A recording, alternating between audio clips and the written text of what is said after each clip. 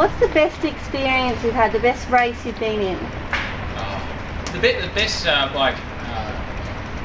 skill level to do would be go-karts. Go-karts are a lot of fun. You learn everything we know now we still use, we learn through go-karts. So lines, being smooth, having a bit of fun. And in a go-kart you can drive it, as Ken was saying, that you can drive a car on a slick tyre on a wet track and actually feel the difference. You know, and you've got no steering, you've got no acceleration, no grip. But again, it's a skill set that you very rarely get an opportunity to feel. So go-karts are the best way of doing it. What's that? How do you get into it? Like how does it all start? Does somebody come up to you and say, do you want to do race car driving, or? No, we all started in go-karts.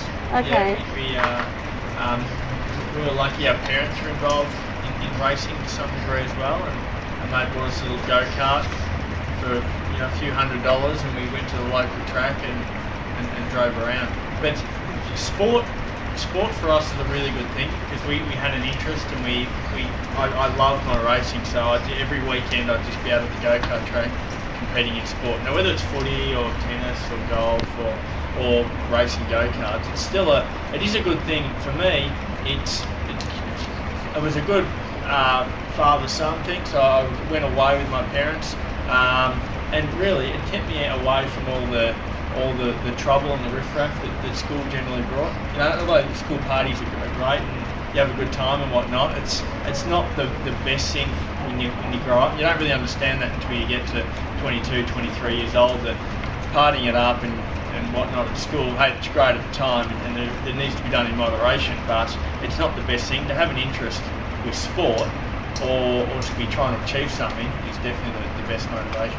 And in the long run in life, you'll see the rewards of that. Not so much now, but definitely for years. Were you aspiring to be what you are right now? No, we weren't.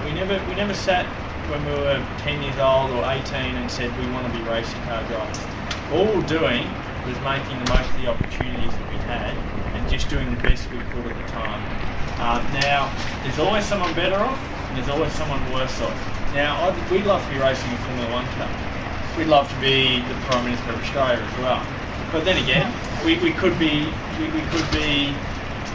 homeless as well. So you never try to be someone else. You always just try to make the most of what you got at the time.